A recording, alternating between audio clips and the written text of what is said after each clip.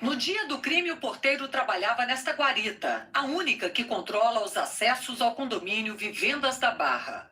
Às 5h10 da tarde do dia 14 de março de 2018, ele registra à mão, no livro de visitantes, o nome de quem entra, Elcio. O carro, um Logan. A placa, AGH 8202. E a casa que o visitante iria, a de número 58. Elcio é Elcio de Queiroz, acusado pela polícia de ser o motorista do carro usado no crime. O porteiro contou que depois que Elcio se identificou na portaria, disse que iria para a casa 58. O porteiro ligou para a casa 58 para confirmar se o visitante tinha autorização para entrar. O porteiro diz que identificou a voz de quem atendeu como sendo a do seu Jair. Ele confirmou isso nos 2 depoimentos. No Registro Geral de Imóveis, consta que a Casa 58 pertence a Jair Messias Bolsonaro. O presidente também é dono da Casa 36, onde vive um dos filhos dele, o vereador do Rio, Carlos Bolsonaro.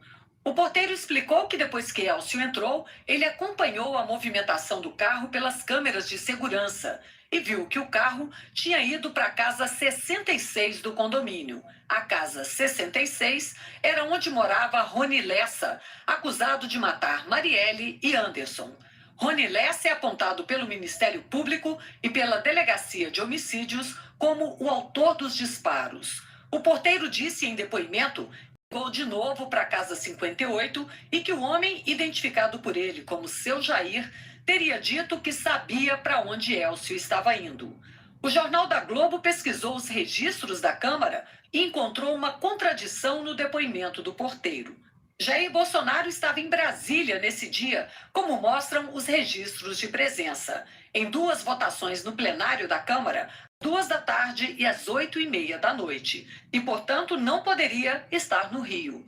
Nesse mesmo dia, Bolsonaro também postou vídeos nas redes sociais do lado de fora e dentro do gabinete em Brasília. Fontes disseram à nossa reportagem que os 2 criminosos saíram do condomínio dentro do carro de Rony Lessa, minutos depois da chegada de Elcio, e embarcaram no carro usado no crime nas proximidades do condomínio. A nossa reportagem apurou que a guarita do condomínio tem equipamentos que gravam conversas pelo interfone. Os investigadores estão recuperando os arquivos de áudio para saber com quem de fato o porteiro conversou naquele dia e quem estava na casa 58. A polícia prendeu os 2 suspeitos de matar Marielle e Anderson no dia 12 de março. Rony Lessa é sargento aposentado da PM e foi preso quando tentava fugir de casa no condomínio Vivendas da Barra. Elcio Queiroz é ex-policial militar e foi expulso da PM em 2015 por envolvimento com a contravenção. A apuração da nossa reportagem mostrou que depois de saber das informações envolvendo a casa do presidente Jair Bolsonaro, representantes do Ministério Público do Rio foram até Brasília no último dia 17. Uma consulta ao presidente do Supremo Tribunal Federal, Dias Toffoli. Como houve citação ao nome do presidente, a lei obriga que o STF analise a situação. Dias Toffoli ainda não respondeu. A polícia está chamando novamente as ex-funcionárias e pessoas próximas de Marielle para novos depoimentos.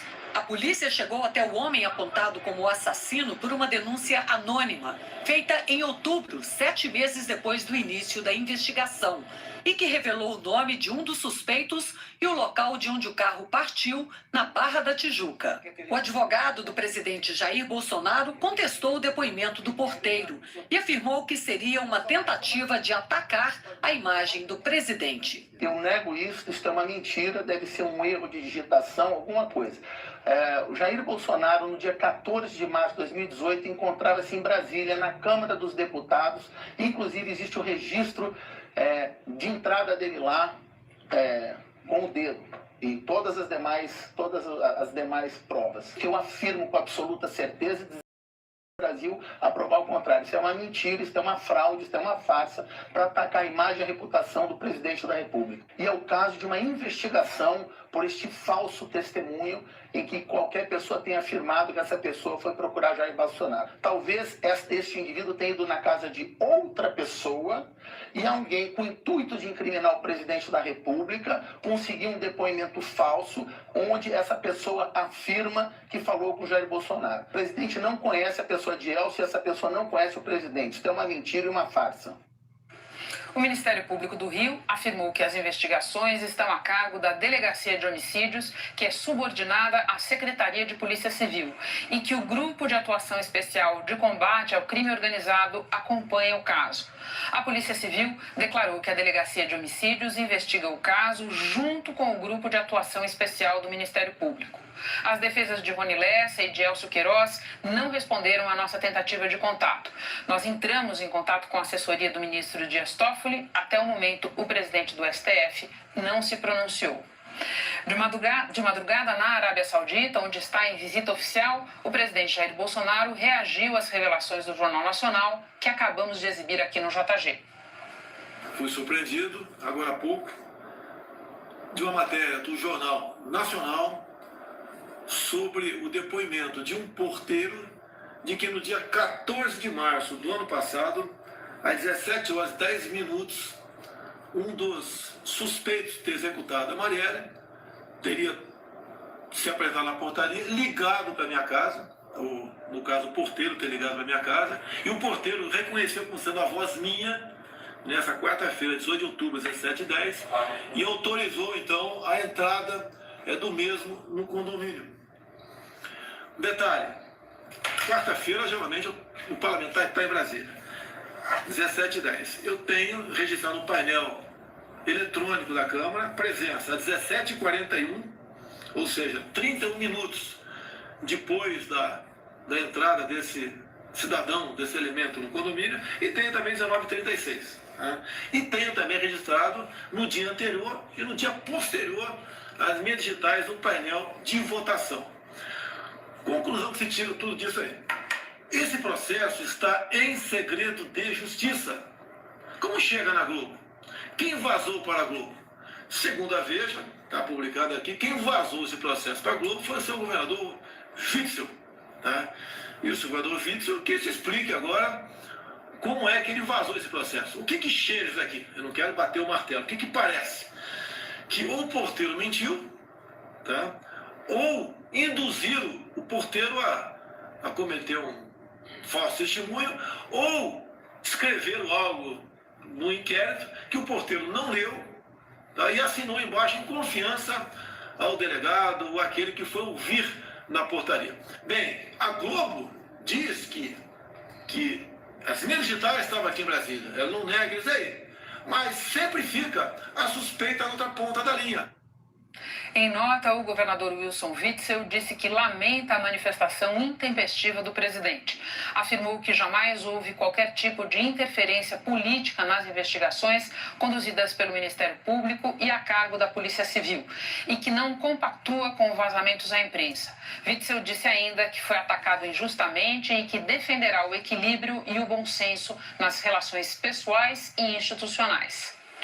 Na transmissão que fez nas redes sociais, o presidente Bolsonaro, bastante irritado, ofendeu a TV Globo. Disse que não perseguiria a emissora, mas que só aprovaria a renovação de sua concessão se o processo estivesse, abre aspas, enxuto, fecha aspas.